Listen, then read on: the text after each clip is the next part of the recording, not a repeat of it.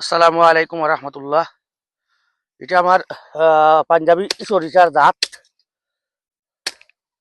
আমরা সরিষাটা উই গেছে, এখন আমরা হাঁটা শুরু করছি। ওই দেখুন একটা গাছ কত বড় হয়েছে, একটা গাছ। এটা এক জাত, এটা আর এক জাত। আমরা এখন পয়লা ও জাতটা কাটমু, পরে এই জাতটা কাটমু। ও জাতের গাছ কিন্তু আমার ও আর একটা আছে, ও দেখা যার আর একটা। এটা হইলো ও জাতের গাছ। আমরা ও গাছটা কাটি লিমু।